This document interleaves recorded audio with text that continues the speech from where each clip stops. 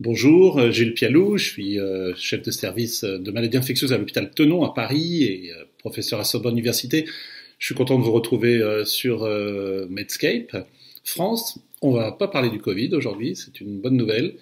On va parler bien sûr du monkeypox, la fameuse variole du singe, que l'on ne devrait d'ailleurs pas appeler comme ça, puisque précisément le réservoir animal n'est pas circonscrit aux singes.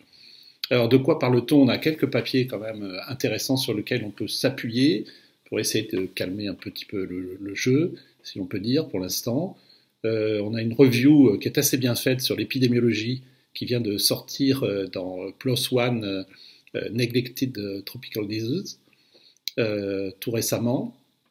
Une étude qui a compilé une review qui a compilé 1995 études pour finalement en retenir que 48, mais le papier est assez bien fait. Qu'est-ce qu'il nous donne comme information? Bon, d'abord, il y a des informations historiques. C'est un virus, donc des orthopox virus, qui est très proche du virus de la vaccine, encore plus que du virus d'ailleurs de la variole humaine, le virus à ADN bien sûr, qui a émergé en 1958 d'un laboratoire danois isolé sur des macaques importés d'Asie et qui donnait des épidémies sporadiques, essentiellement avec deux foyers africains qui correspondent d'ailleurs à deux clades différents du virus, un clade d'Afrique de l'Ouest et un autre d'Afrique centrale, notamment en RDC où il y a eu plusieurs épidémies. Alors, est-ce que l'augmentation des cas est un phénomène nouveau? La réponse c'est non, c'est bien expliqué avec des jolies cartes dans le papier de PLOS ONE que je viens de citer. On avait, pour donner deux exemples, le Nigeria qui est un des foyers de ces épidémies sporadiques. Il y avait 3 cas dans les années 70, on était à 180 cas à la fin des années 2000, 2017-2019. Pour prendre la RDC, 511 cas dans les années 90 et plus de 28 000 cas sur les 20 dernières années. Donc on est dans un phénomène assez circonscrit et qu'il y a eu différentes petites épidémies sporadiques, notamment aux États-Unis en 2003. Alors, ce qui fait le focus actuel, c'est à la fois la confirmation de l'augmentation des cas et l'apparition de cas européens chez les gens qui n'avaient pas voyagé justement dans ces foyers africains. Et c'est le cas ceux qui ont été décrits en Grande-Bretagne, en France, au Portugal, etc. Alors la situation européenne, on peut citer deux chiffres. Le chiffre en France, à la date du 29 mai, c'est 16 cas, dont 12 en Île-de-France, 0 décès. Pour la Grande-Bretagne, on était au-dessus de 90 cas à la même date du 29 mai. Alors, il y a tout un tas de procédures qui ont été faites.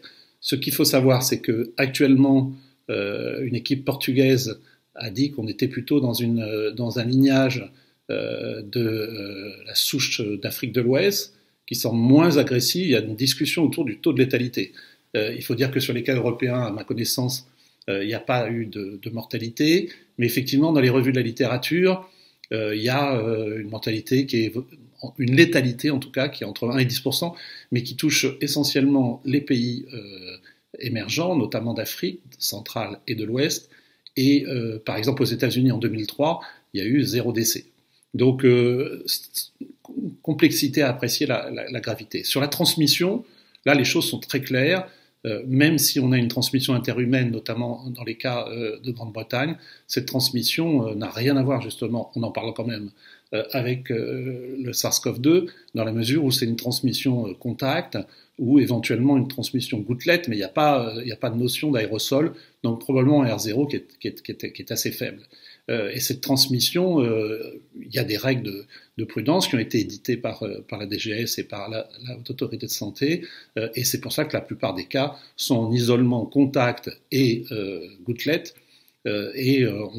pour une maladie bénigne, bien sûr, le plus souvent, ils seront en isolement jusqu'à la fin des croûtes, puisque cette clinique est aussi très bien connue. Hein.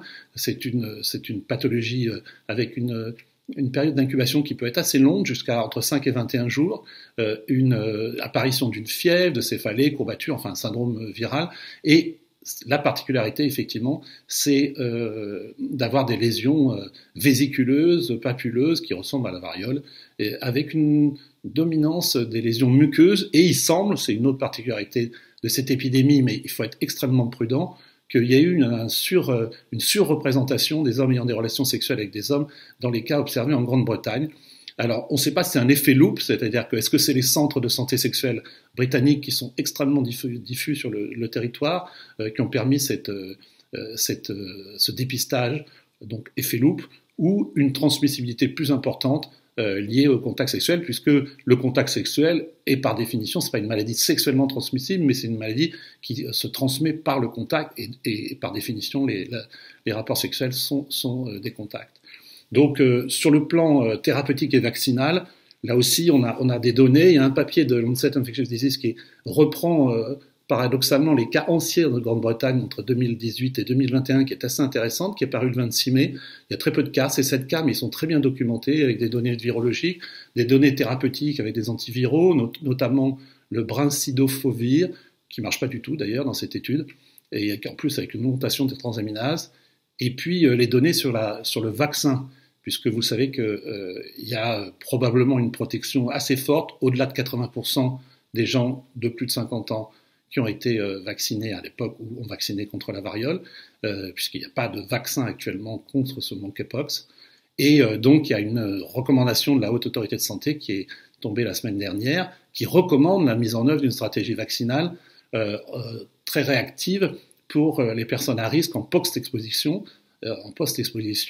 avec un vaccin de 3e génération qui est mieux toléré et qui doit être administré dans les 4 jours après une exposition. Et ça concerne évidemment les soignants. Et tout ça est tout à fait encadré, et notamment les personnes immunodéprimées qui ont droit non pas à 2 injections à 28 jours d'intervalle avec ce vaccin de 3e génération, mais à 3 injections. Donc une recommandation, et d'ailleurs à l'hôpital Bichat, qui est le centre de référence, il y a eu déjà des vaccinations de professionnels contacts.